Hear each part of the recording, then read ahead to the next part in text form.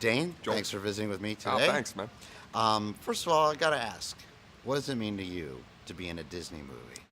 It means a lot. I would say that next to hosting Saturday Night Live, this is a real a dream that was beyond anything that I could have seen for myself. I grew up loving animation. I remember as a very young kid watching Pete's Dragon Oh yeah, and Bedknobs and Broomsticks, which is very, very underrated. People always seem to forget about totally that. underrated. When they hit the island of Nabumbu in that movie, it's like I remember just not only loving the characters and the way they were drawn, but the voices of those characters. So I grew up with a rich history of enjoying animation. As a comedian, I loved Robin Williams when he played the genie. Oh yeah. And I thought that what he did with that role was not only so kind of like not just the antics and the incredible chameleon-like performance, but the heart that resonated with me there. So to get a call from John Lasseter saying, do you want to sit down with me and talk about participating in this? It was already like, well, can I just go to the sound booth and start recording?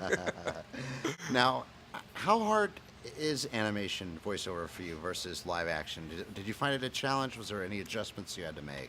The one thing that was good preparedness was years of being on the road and doing shows. Sometimes at the peak of things, I could be doing 10 shows in a week.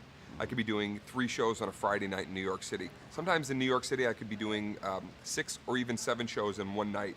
I would book myself from 8 all the way till 2 or something in the morning and do many, many shows. So having that kind of energy at the ready when you get into the booth, because you have to give everything you have every take. You walk in there, you're in your plain clothes, but now you're suddenly in the ocean, trapped, lost, flying through waves. You have to pull all of that out of you at any given time. So it's I'm glad that I had the background that I did of being kind of road tested to then go in and do this. Obviously, being doing voiceover for animation, you're doing the work along the way. What was your reaction when you actually saw the finished print and you saw everything that they had put into the magic up there on screen? The first scene that I watched that was a completed scene was when Skipper and Dusty are talking, and then Skipper goes into the flashback of what happened to him in World War II. And I will tell you, the score was laid on top of it. Stacy Keach is giving a brilliant, vocal performance, and the tears hit my eyes. That scene is so unexpected. It gives you jolt. Yeah.